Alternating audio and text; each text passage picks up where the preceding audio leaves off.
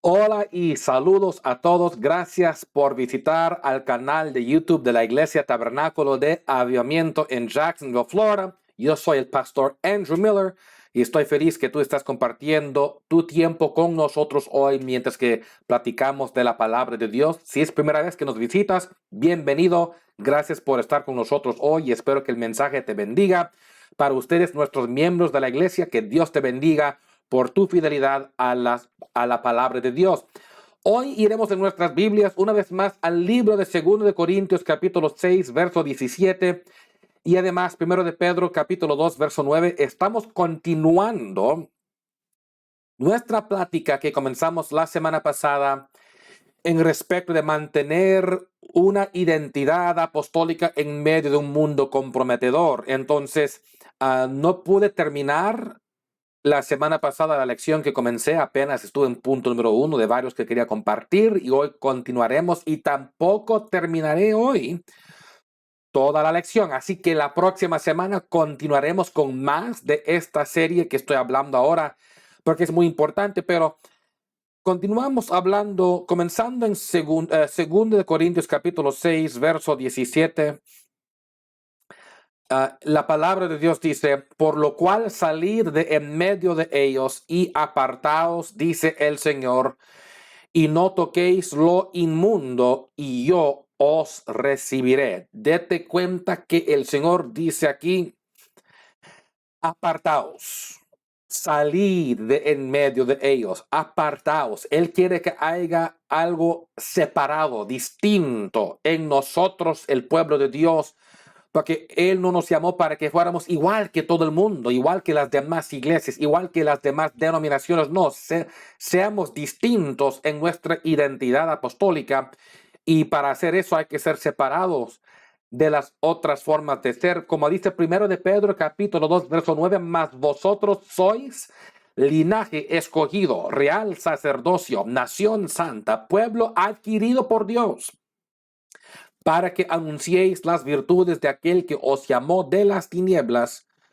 a su luz admirable. ¿Te das cuenta? Dice que somos una nación santa, pueblo adquirido. Para que seamos una nación santa y un pueblo adquirido, también tiene que haber algo distinto y diferente en nosotros. Y para poder hacer eso, tenemos que ser distintos de las demás denominaciones llamadas cristianas en este mundo. Y por eso continuamos hoy con nuestro estudio de la identidad del nombre de Dios, porque te recuerdas, si acaso no has visto el sermón de la semana pasada, te recomiendo grandemente que lo veas antes de ver el sermón de hoy, simplemente para que te dé una fundación de lo que estamos platicando en este mensaje. Aunque si estás aquí por primera vez, tú puedes ver este sermón también, porque este sermón tendrá muchas cosas en sí, por sí misma, que son muy válidos para tu enseñanza. Sin embargo, si puedes ver la de la semana pasada, te dará un poco más entendimiento de lo que estamos hablando, de no comprometer la identidad de la iglesia con lo del mundo, mucho menos con las demás religiones. Pero continuando con el punto número 1, que era la identidad del nombre de Dios. Habíamos identificado el nombre de Dios como Jesús, o en el hebreo, Yeshua. En San Juan capítulo 5, verso 43, Jesús dice, yo he venido en nombre de mi Padre. Una vez más, yo he venido en nombre de mi Padre. Yo no entiendo qué más claro en español tuviera que decirlo Jesús para que él dijera cuál era el nombre del Padre cuando Cristo mismo, siendo Jesús, dijo, yo he venido en nombre de mi Padre. Él revela otra vez el nombre del Padre de los cielos es Jesús. Pero en Hebreos capítulo 1, verso 4, en tu Biblia, hablando en referencia a Jesucristo, dice, cuanto heredó más excelente nombre que ellos. ¿Te das cuenta? Heredó más excelente nombre. Este hombre o ser humano, Jesús, heredó como hombre su nombre del Padre, que es el Espíritu eterno de Dios, ya que Juan 4:24 nos dice que Dios es espíritu. Siendo que Dios es un espíritu y ya siendo que la Biblia nos dice que un espíritu no tiene ni carne ni huesos, Dios tuvo que hacerse hombre, tuvo que hacerse ser humano, necesitaba un cuerpo. Entonces, Emmanuel, Dios con nosotros, se manifestó en el hombre Jesucristo y por eso como hombre, él heredó excelente nombre del Padre porque el nombre del Padre es el mismo nombre revelado en la manifestación del Hijo Jesús, Yeshua. De esa forma, Jesús pudo manifestar y revelar el nombre del Padre porque Dios mismo estaba manifestado en Jesucristo. En el libro de Hebreos capítulo 6, verso 10, en tu Biblia dice, porque Dios no es injusto para olvidar vuestra obra y el trabajo de amor que habéis mostrado hacia su nombre. ¿Te das cuenta? Dios no es injusto para olvidar vuestra obra y el trabajo de amor que habéis mostrado hacia su nombre. Entonces, ok, te das cuenta. Dios está galardonando a los cristianos neotestamentarios porque ellos habían mostrado amor al nombre de quién. Ahí dice, porque Dios, su nombre, el nombre de Dios. Ahora, continuando con el mismo pensamiento, el mismo libro de Hebreos, pero capítulo 13, verso 15, dice, así que ofrezcamos siempre a Dios por medio de él sacrificio de alabanza, es decir, fruto de labios que confiesan su nombre. ¿El nombre de quién? A Dios. El nombre de Dios confesando el nombre de Dios. Entonces, Hebreos 6:10 dice que la gente mostraba amor hacia su nombre. Hebreos 13:15 nos dice que dieron gracias a su nombre. Te pregunto, ¿en qué manera entonces pudieron los cristianos primitivos del libro de los Hechos mostrar amor hacia el nombre de Dios, a menos que ellos conocieron ya cuál era su nombre? ¿Y en qué manera pudieron los cristianos del Nuevo Testamento en la Biblia dar gracias a su nombre, confesando su nombre, a menos que también ya sabían cuál era su nombre? El nombre de Dios les fue declarado como Jesús, o en el hebreo Yeshua, y ellos adoraron a ese nombre. Ellos no creyeron que algún otro nombre pudiera salvar, y por eso dice la Biblia en Hechos capítulo 4, verso 12, y en ningún otro hay salvación, porque no hay otro nombre bajo el cielo dado a los hombres en que podamos ser salvos. Esto es lo que la iglesia del Nuevo Testamento predicó, lo que ellos enseñaron, y por eso identificaron el nombre de Dios como Yeshua HaMashiach, que del hebreo es Jesucristo o Jesús el Mesías. En Apocalipsis capítulo 3, verso 8, Jesús dice, yo conozco tus obras, he aquí, he puesto delante de ti una puerta abierta, la cual nadie puede cerrar, porque aunque tienes poca fuerza, has guardado mi palabra y no has negado mi nombre. La iglesia que él estaba haciendo referencia de esto era la iglesia de Filadelfia. No estamos hablando de Filadelfia, Pensilvania, porque América no era un país en aquel tiempo. Estamos hablando de Filadelfia en lo que era Turquía, en lo que es Turquía hoy. Se encuentra ese lugar, Filadelfia, y en esa iglesia, en el libro de Apocalipsis, el Señor dijo, ustedes no han negado mi nombre. Necesitamos ser igual que esa iglesia en no negar el nombre de Jesús. Ellos no tenían vergüenza del nombre. Ellos amaban ese nombre. Ellos adoraban ese nombre. Oraban en ese nombre. Y Jesús personalmente identificó esta iglesia apostólica por no haber perdido su identidad conectado con su nombre. Porque cuando una iglesia comienza a avergonzarse del nombre de Jesús, como algunas iglesias hoy en día lo han hecho, y comienzan a rechazar el nombre de Jesús, esas iglesias pierdan su identidad apostólica y verdaderamente no hay ninguna iglesia real o verdadera fuera del nombre de Jesús.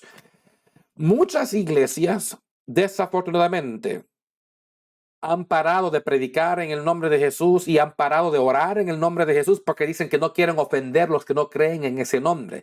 y que no quieren ofender a los visitantes y no quieren ofender a los paganos y no quieren ofender a las demás religiones. Cuando tú tienes vergüenza del nombre, Jesús dijo, yo me avergonzaré de ti también. Aquí en el día del juicio vas a pagar cuentas con el Señor por haberte avergonzado de ese santo nombre. Pero la iglesia apostólica, llamado por su nombre, no se avergüenza de ese nombre glorioso de Jesucristo, que es nuestro Salvador. Si pierdes esa identidad, perdiste tu identidad apostólica. Así que, hermanos y hermanas apostólicos de la fe, nunca comprometes este nombre, nunca rechazas este nombre. Agarra fuerte este nombre, manténgate orgulloso de este nombre, que es el nombre poderoso de nuestro Señor Jesucristo, porque no hay otro nombre que nos puede salvar. En Lucas capítulo 1, verso 31, la Biblia dice, y ahora concebirás en tu vientre y darás a luz un hijo y llamarás su nombre Jesús. Eso es el nombre manifestado de Dios en el Nuevo Testamento. Gloria a Dios. Hay una banda cristiana que existía en los años 90, para algunos que se recuerdan, cuyo nombre era New Song. Y ellos cantaban una canción que decía, nosotros cargamos o nos vestimos de su nombre. El coro de la canción We Wear His Name, que era la canción en inglés, dice, nosotros nos vestimos de su nombre, el nombre que es sobre todo nombres.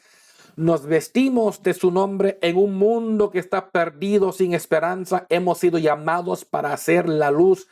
Nos vestimos de su nombre. Así que, hermanos apostólicos, no nos olvidemos que nuestra identidad apostólica está también pegado y amarrado junto con el nombre de Jesús. Esto me trae punto número 2, que también nos distingue como apostólicos tremendamente en este mundo, y eso es la identidad de la unicidad de la fe apostólica.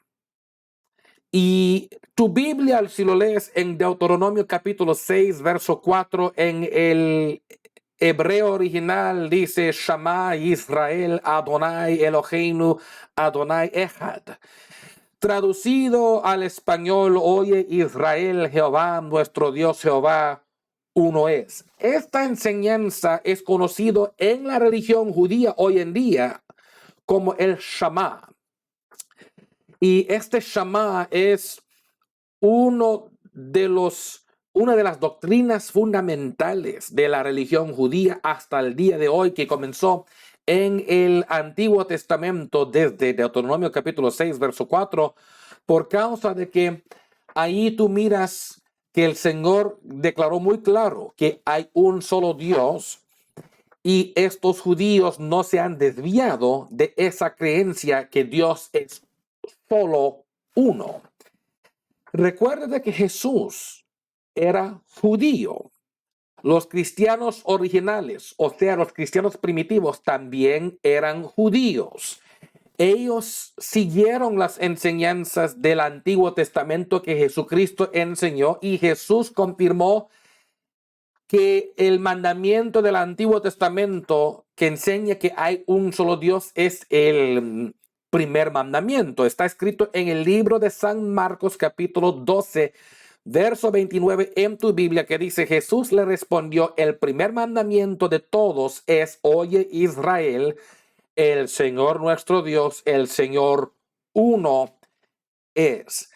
Jesús tomó el tiempo para enfatizar la unicidad de Dios, porque los judíos que eran y son estrictos monoteos en el hecho de que la religión judía no reconoce ningún otro Dios más que uno. Son monoteos en su creencia, que viene de la palabra griega, dos palabras griegas, mono, que significa uno, teos, que significa Dios. Entonces, monoteo significa un Dios.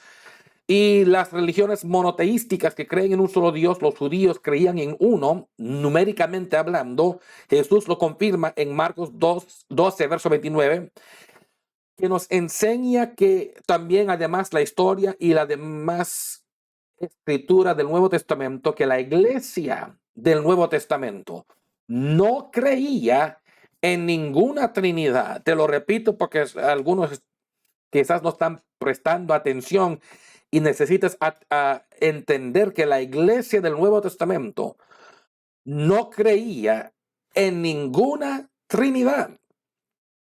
Ni siquiera predicaban la existencia de una divina Trinidad. La palabra Trinidad ni siquiera se encuentra en la Biblia. No me entendiste, no me escuchaste. Para todos ustedes que están viendo, que creen que la Trinidad está en la Biblia, ni siquiera encuentras la palabra Trinidad en toda la Biblia. Esa enseñanza no está ahí.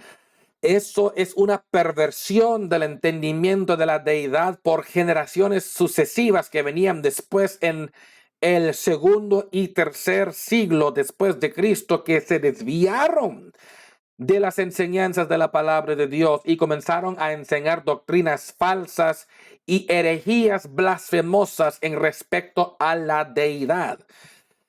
Pero la Iglesia Católica ha promovido esta doctrina errónea por más que 1600 años, y luego las iglesias protestantes que se apartaron durante la Reformación en Europa todavía mantuvieron guardados esta doctrina falsa cuando se apartaron de la Iglesia Madre Católica durante la Reformación. Pero la iglesia en el Nuevo Testamento y en la Biblia no creía en ninguna Trinidad. Incluso estaba yo escuchando recién un profesor de la Universidad Prestigiosa de Nueva York, que él enseña un curso de la Biblia hebrea. Y yo escuché con mis propios oídos cuando ese profesor dijo durante su lección de que, y él era es un profesor judío cuya especialidad es la Biblia hebrea del Antiguo Testamento. Y él mismo dijo que la creencia que los cristianos tienen en una Trinidad es una gran perversión de la doctrina bíblica original en su enseñanza de un solo Dios, la unicidad de Dios. Y por esa razón me encantó escuchar eso, porque confirma lo que la Biblia y la historia nos enseña de cuántos dioses hay. No creemos en ninguna Trinidad ficticia. Te lo repito, aunque sembraban, no creemos en ninguna Trinidad ficticia. Creemos que las Escrituras declaran que hay un solo Dios y su nombre es Jesús. Por nosotros no hay otro Dios más que Jesús. Nosotros no creemos de que la deidad está dividida en tres distintas, separadas, coiguales, coeternas personas. La herejía de la Trinidad es antibíblico. Escuché a alguien una vez decir que la Trinidad es como de que Dios en su Trinidad es como tres distintos amigos sentados en una mesa tomando café, platicando de la vida juntos. Eso es triteísmo, hermanos, la creencia en tres distintos dioses. Y eso es antibíblico, de creer que Dios se haya separado en tres distintos, coiguales, separados personas, no es de la palabra de Dios. Y por eso ni nos avergonzamos de creer en la unicidad de Dios, mucho menos pedimos disculpa por creer en lo que la Biblia enseña en vez de lo que algunos eruditos religiosos trinitarios claman creer o profetas falsas enseñan. Es vergüenza que algunos apostólicos modernos se disculpan por creer en la unicidad de Dios. Lee claro mis labios. No me disculpo por creer lo que la Biblia enseña, aunque te ofenda. No me disculpo por creer que Dios es uno, como Deuteronomio 6:4 enseña. No me disculpo por no creer en una doctrina falsa que la Biblia no enseña. ¿Para qué tengo que disculparme por algo que la Biblia no enseña? Gloria a Dios. Entonces deja de estar disculpándote con la gente que hay que disculparme que yo no creo igual que ti, pero que te da vergüenza la fe, pues. ¿Te da vergüenza lo que crees? ¿Para qué te estás disculpando con la gente entonces? Por lo que tú crees en la palabra de Dios. No, tienes que entenderme muy bien. Nuestra creencia feroz en la unicidad de Dios es una razón por la cual la gente apostólica pentecostal alrededor del mundo, somos odiados y menospreciados por muchos llamados cristianos trinitarios. Me da pena aún de que hay tantos engañados usando esa palabra cristiano hoy en día tan libertinamente, como que cualquier persona califica solo porque van a la iglesia y dicen que creen en Jesús, cuando eso enseña una ignorancia etimológica de lo que la palabra original significa y de lo que un cristiano verdaderamente es. Yo no creo de que porque uno va a una iglesia es cristiano. Eso no es bíblico. Entonces hay muchos que dicen que son cristianos y en el mundo del cristianismo, estos que creen que Dios es tres distintas personas. No, óigame muy bien para que, y gracias a Dios que tenemos esto grabado para que no tuercen mis palabras a mentir y poner palabras en mi boca que no he dicho. Muchos trinitarios nos odian y nos desprecian. Nota que yo no dije que todos, para que no tuercen lo que yo dije. Yo no dije que todos ellos nos odian, pero muchos de ellos nos odian y nos desprecian por creer que Dios es uno y por no creer que Dios es tres distintas personas. Pero no podemos dejar que la teología trinitaria influencie la fe apostólica.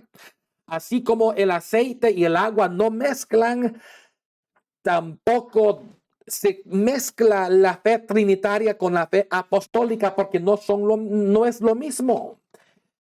Nuestra meta no es ser popular con los trinitarios, es estar bien con Dios. Y por aquellos que dicen, oh, Pastor Miller, eres un mentiroso, no hay trinitarios que odian los apostólicos, es que exageras, eso no es cierto. Déjame despertarte, papacito, a la realidad. Yo personalmente conocí a un pastor apostólico trinitario en Guatemala que fue apedreado por predicar la unicidad de Dios y el bautismo en el nombre de Jesús. ¿Quién le apedreó? Pastores trinitarios. No me entendieron. ¿Se dan cuenta? Algunos de ustedes escucharon, que quizás algunos católicos le apedrearon. Algunos de ustedes quisieron oír que fueron algunos mundanos que le apedrearon, o que quizás algunos ladrones de Esquipulas o de Escuintla. No. No me entendieron. Déjame aclararlo una vez más. Dije que yo conozco un pastor apostólico del nombre de Jesús que fue apedreado por pastores trinitarios. ¿Por qué estos pastores trinitarios le apedrearon?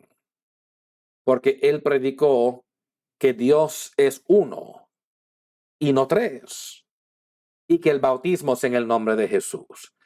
Entonces, así que no me puedes engañar con tus mentiras de que no hay trinitarios que nos odian y nos aborrecen, nos detestan, nos quieren ver muertos, simplemente por creer que Dios es uno y que uno es su nombre y que su nombre es Jesús. Y por aquellos que no nos odian, porque ahí no todos, te dije que no todos ellos nos odian. Algunos de ellos no nos odian, pero nos creen locos, dicen, nos creen brutos y nos creen engañados y que estamos engañados por Satanás mismo y un montón de locuras que nos dicen, simplemente porque ellos no creen lo que la Biblia enseña, solo creen porque un evangelista o un pastor o su mamá o papá les enseñó que Dios es tres y así fueron criados creyendo y nunca pararon de creer en eso, aunque la Biblia no lo enseña. Pero tu Biblia dice en Colosenses capítulo 2, verso 9, en referencia a Jesús, dice, porque en él habita corporalmente toda la plenitud de la deidad. no entendieron. Yo no sé qué parte española ahí no entendieron algunos. Porque en él, ¿en quién? Cristo habita corporalmente, o sea, cuando él se manifestó como hombre, la plenitud de la deidad estaba manifestado en Jesucristo. Gloria a Dios. Por eso creemos que Jesucristo era la manifestación humana del Dios eterno de los cielos, nuestro Padre celestial, y cuando Él se hizo hombre, su nombre fue revelado como Jesús. Además, está confirmado en 1 de Timoteo, capítulo 3, verso 16. Tu Biblia dice, indiscutiblemente grande es el misterio de la piedad. Dios fue manifestado en carne. ¿Qué más claro quieres? Que hasta la palabra ahí lo dice, Dios fue manifestado en carne. 1 Timoteo 3:16. ¿Cuándo se manifestó Dios en carne? Cuando se reveló en Jesucristo. Además, si lees Juan capítulo 1, verso 1, que dice, en el principio era el verbo y el verbo era Dios, el verbo era con Dios, el verbo era Dios. Verso 14 del mismo capítulo, Juan 1:14 dice, y aquel verbo fue hecho carne y habitó entre nosotros. ¿Qué significa eso? Muy fácil. El Dios de los cielos, el verbo, se manifestó en carne y habitó entre nosotros. ¿Cuándo se manifestó el verbo, que era Dios, en carne? Cuando el Dios de los cielos se hizo un ser humano en Jesucristo. Esto fue la manifestación terrenal de Dios a la humanidad. Aún más claro todavía. Y todo eso por mí es claro. Si eres trino, eso por supuesto te confunde porque te han enseñado que eres tres y ahora te cuesta creer lo que la Biblia enseña. Pero para nosotros que somos apostólicos, esto es muy claro. Esto no es nada confuso porque muy claro está escrito ahí. Y gracias a Dios no estamos ciegos a la verdad de cuántos dioses hay y cuál es su nombre.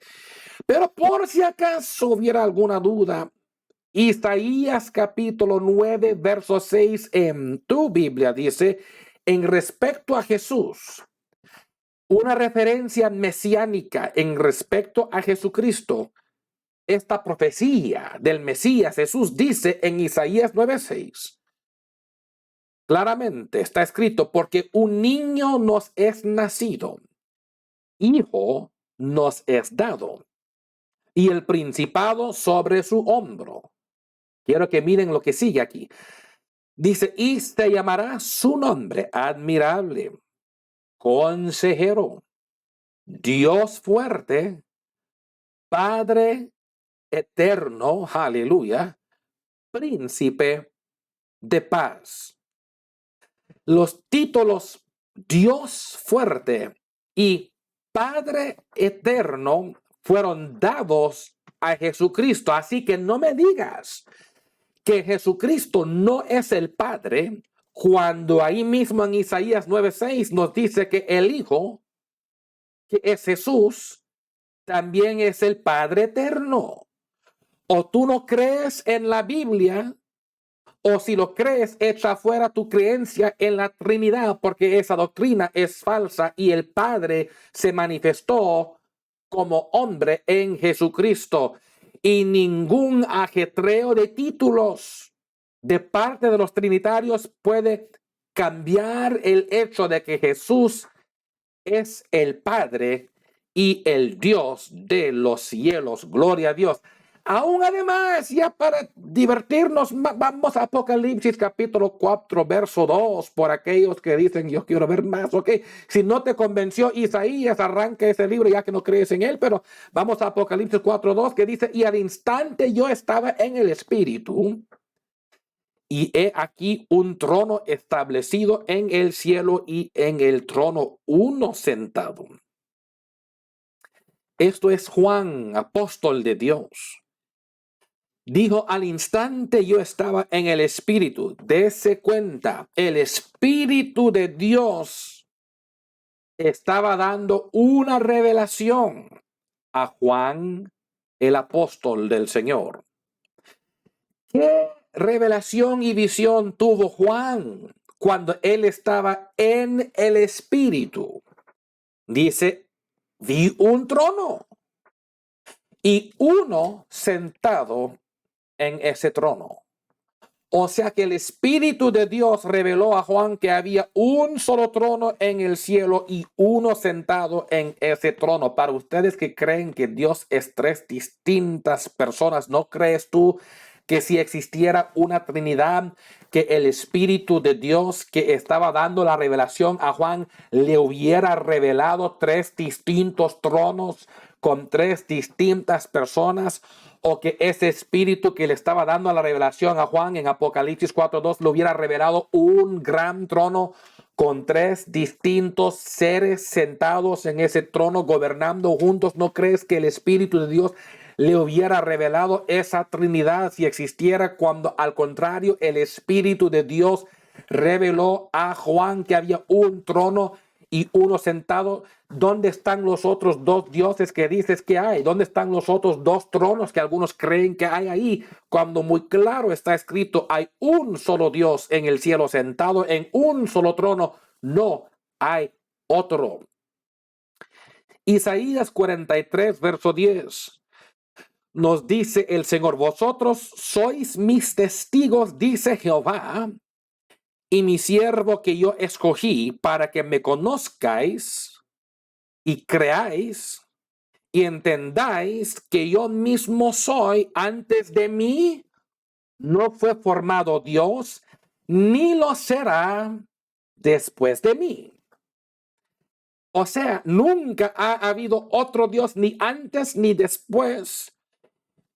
Siempre ha habido uno. Dios no cambia, hermanos. Él no fue como algunos locos creen de que en el Antiguo Testamento Él era uno y ahora en el Nuevo Testamento se convirtió en tres. Que sí, pastor, Él era uno en aquel entonces, pero se convirtió en tres. No, papacito, te voy a enseñar dos versos que lo comprueban. Hebreos capítulo 13, verso 8 en tu Biblia dice, Jesucristo es el mismo ayer y hoy y por los siglos. O sea, Jesús siempre ha sido lo mismo y siempre será igual. Él nunca cambió de cuántos seres Él es. Y Malaquías 3:6 dice, porque yo, Jehová, no cambio. Porque yo, Jehová, no cambio. Entonces, en ambos testamentos vimos ahí de que Jesús es siempre igual, siempre lo mismo. Él nunca cambia. Él no fue de ser un Dios en el Antiguo Testamento a cambiar a ser tres dioses en el Nuevo Testamento. Siempre ha sido uno, siempre será uno. Jesús lo confirmó, Dios lo reveló y además en Apocalipsis otra vez fue revelado tantas veces. Nos distingue como apostólicos que no creemos en una Trinidad ficticia. Hay un solo Dios y su nombre es Jesús.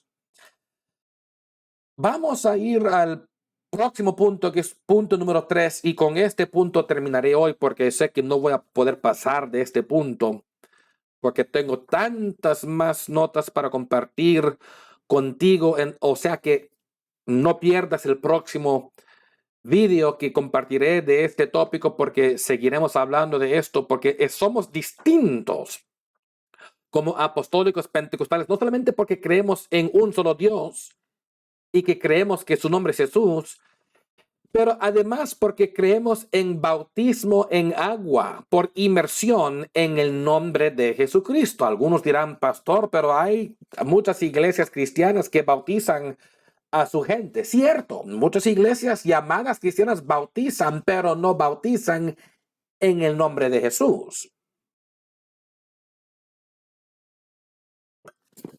Esas iglesias bautizan en los títulos del Padre y del Hijo del Espíritu Santo, pero en tu Biblia, en el libro de Hechos capítulo 2, verso 38, la Biblia dice, Pedro les dijo, estamos hablando del apóstol Pedro que predicó este mensaje en el día de Pentecostés. Pedro les dijo, arrepentíos y bautícese cada uno de vosotros en el nombre de Jesucristo para perdón de los pecados y recibiréis el don del Espíritu Santo.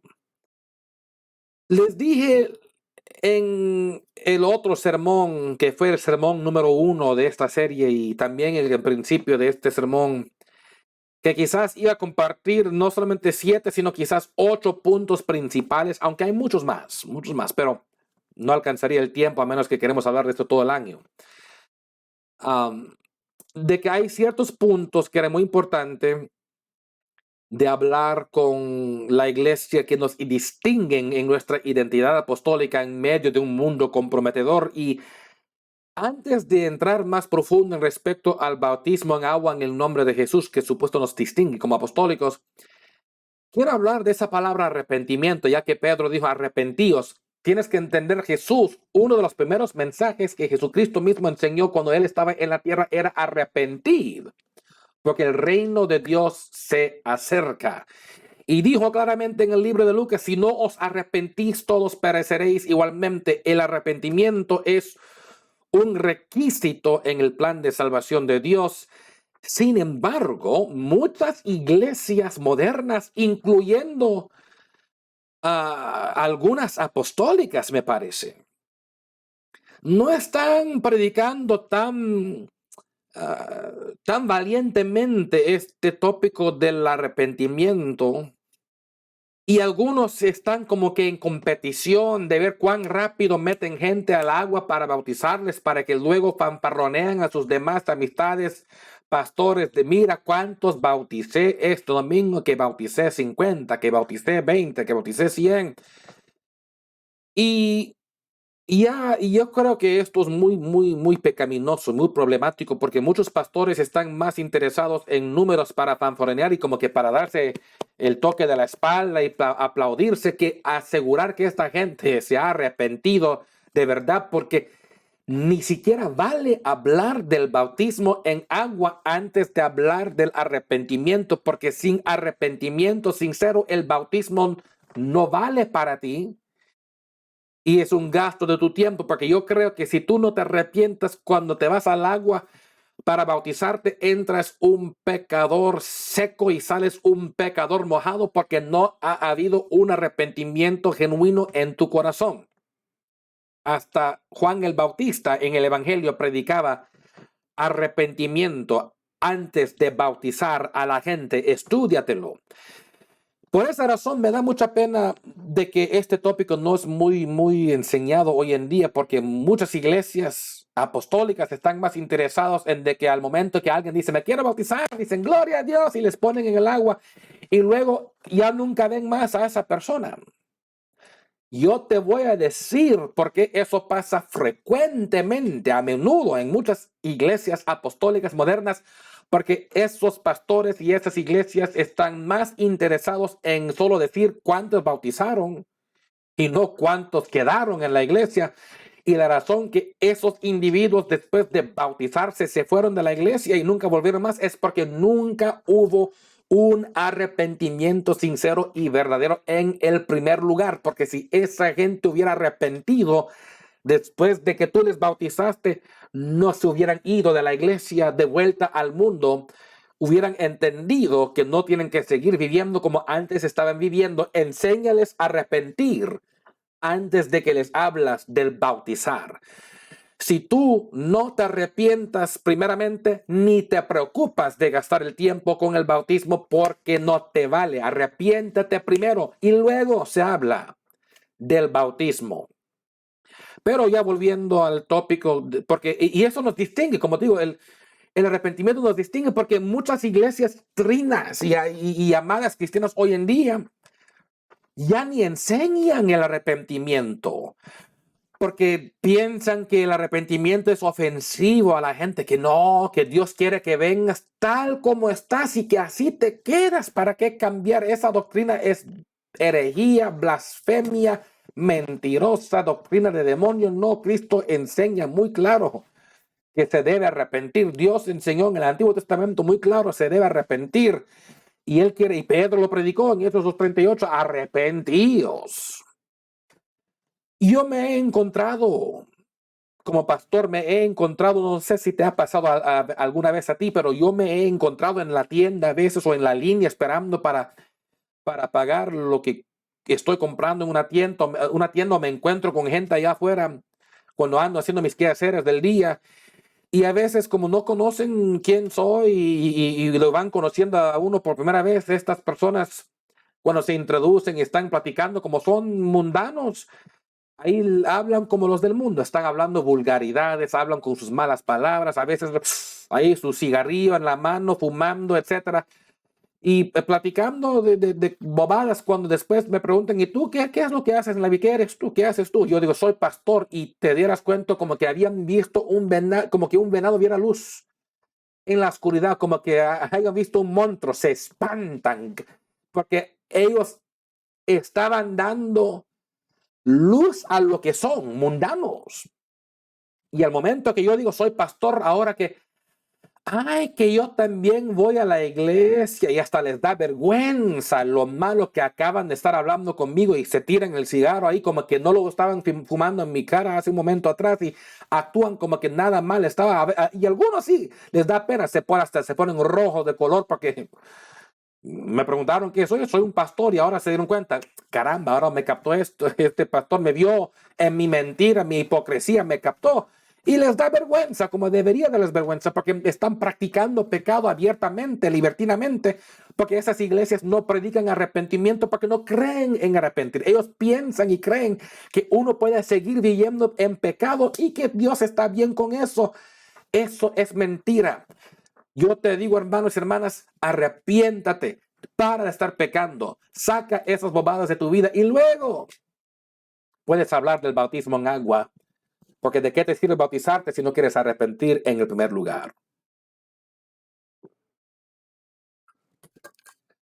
El bautismo en agua en el Nuevo Testamento fue conducido por los discípulos de Jesús en su nombre, que era el nombre de Jesús. No usaban ningún otro nombre alternativo o ningún título alternativo por este propósito.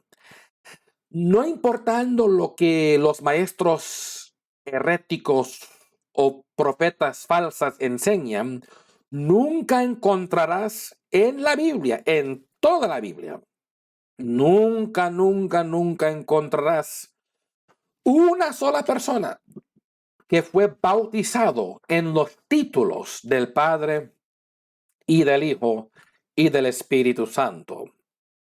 Nadie. Ni siquiera la Biblia menciona que hay que bautizar en esos títulos.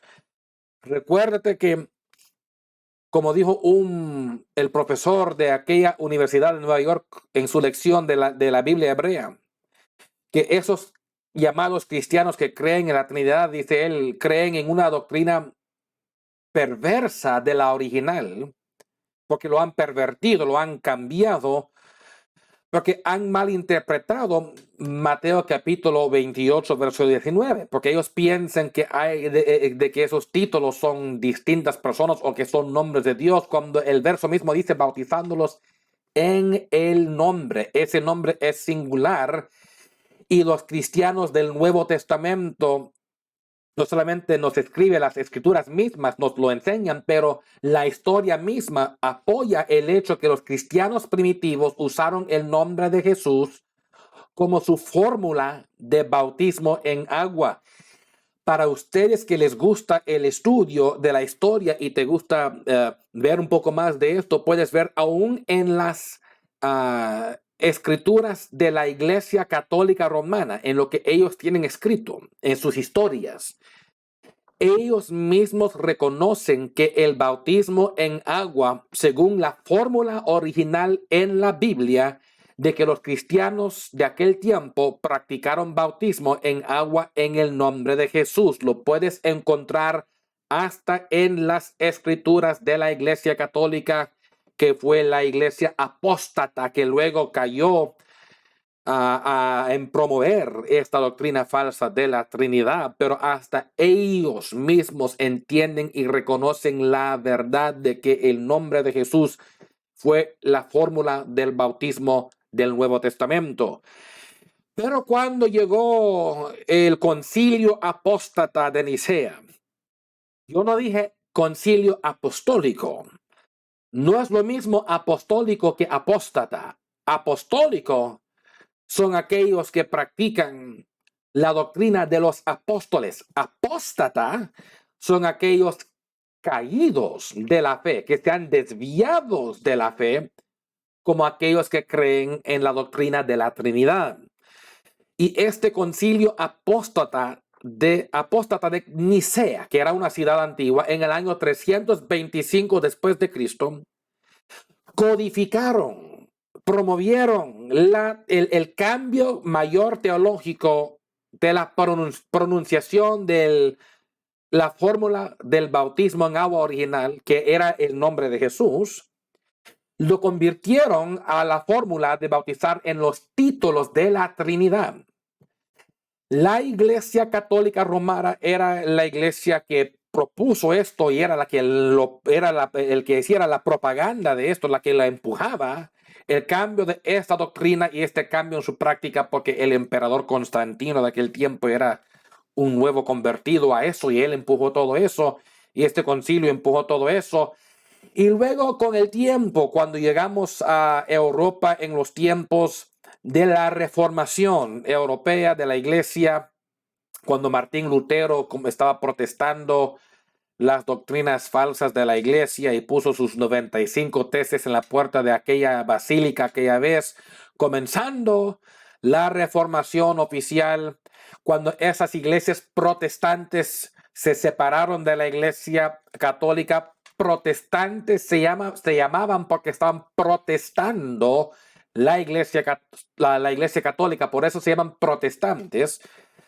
Durante esta reformación, estas iglesias hijas se separaron de la iglesia madre de aquel tiempo, que era la iglesia católica, y continuaban practicando esta doctrina falsa después de su separación de la iglesia católica romana. Por esta razón, hasta el día de hoy, no solamente la iglesia católica romana, sino todas las iglesias hijas que se apartaron de la iglesia católica, que son las iglesias trinitarias modernas de hoy, ellos continúan practicando la práctica de un bautismo antibíblico, que es bautizar en títulos en vez de obedecer el mandato original, que es bautizar en agua en el nombre de Jesús.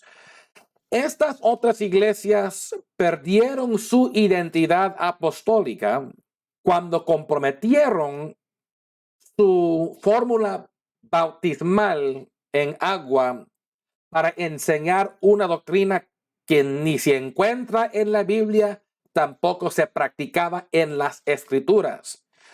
Porque las iglesias apostólicas alrededor del mundo somos conocidos por también nuestra práctica de bautizar en agua en el nombre de Jesús. Esto es algo de nuestra identidad apostólica que no comprometemos en medio de este mundo comprometedor. Yo sé que el mundo está comprometiendo, pero la iglesia apostólica del nombre guarda esta identidad y no lo comprometemos por nadie ni por nada.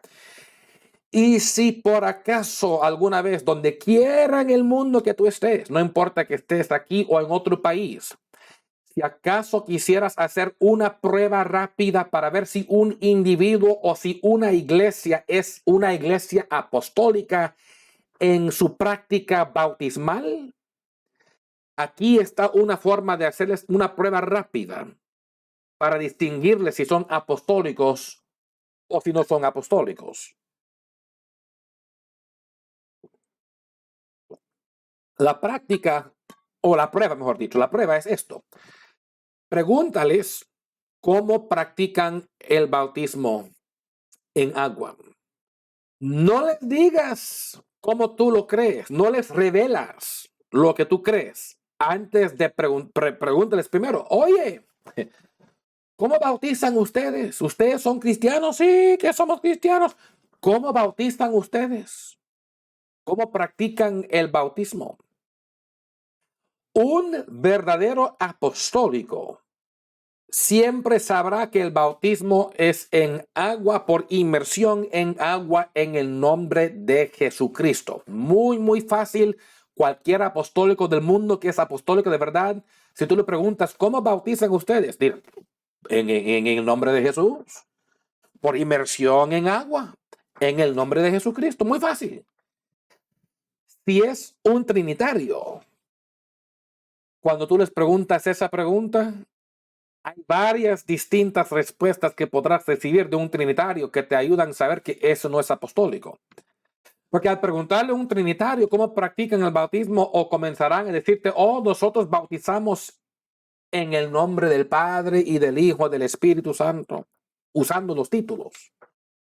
O te mirarán con confusión, porque no sabrán cómo responder apropiadamente a tu pregunta. Están confundidos porque no saben, porque como para muchas iglesias trinitarias ni siquiera es importante el bautismo en agua. Entonces no sabrán ni cómo responder porque no es algo que es requisito por ellos, a pesar que la Biblia enseña que el que creyere y fuere bautizado será salvo.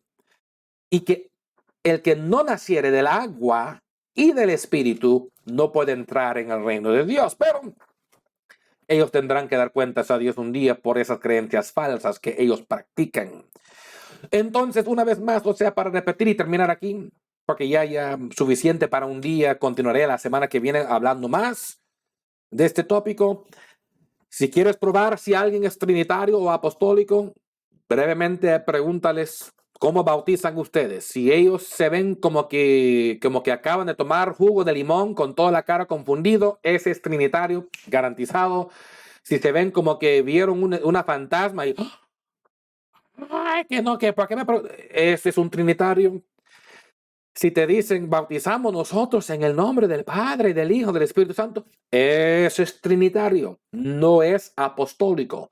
Un apostólico, no importa, esté en África, esté en Guatemala, esté en México, esté en China, esté en Europa, esté donde quiera que esté, un apostólico pentecostal te dirá bautizamos en el nombre de Jesús. Eso es algo que nos distingue en nuestra identidad apostólica y no lo vamos a comprometer por nadie, aunque no les gusta. Aleluya. Espero que este sermón les haya iluminado el entendimiento por si acaso hubo alguna confusión en tu mente de cosas que nos distinguen como apostólicos en medio de un mundo comprometedor, porque no vamos a cambiar nada de esto, porque la palabra lo enseña. Y si tú no estás suscrito a nuestro canal de YouTube, te invito a que te suscribes ahora mismo, porque si no estás suscrito, te lo estás perdiendo y no te lo quieres perder. Suscríbete rápidamente ahora a nuestro canal de YouTube. Y además, si quieres, empuja ese botón de notificaciones para que te señala cada vez que un nuevo sermón salga aquí, para que tú puedas siempre estar participando cuando compartimos la palabra de Dios. Si conoces a alguien que tiene una mente y corazón abierto para recibir este mensaje y estuviera disponible para escuchar esto, compárteles el enlace de este sermón para que ellos también lo escuchan y aprendan como tú hayas aprendido y sean bendecidos por el mismo mensaje que a ti te bendijo hoy. Continuaremos en la próxima semana con este tópico porque no hemos terminado. Hay tanto más para hablar, pero basta para hoy. Que Dios te bendiga y nos veremos en la próxima.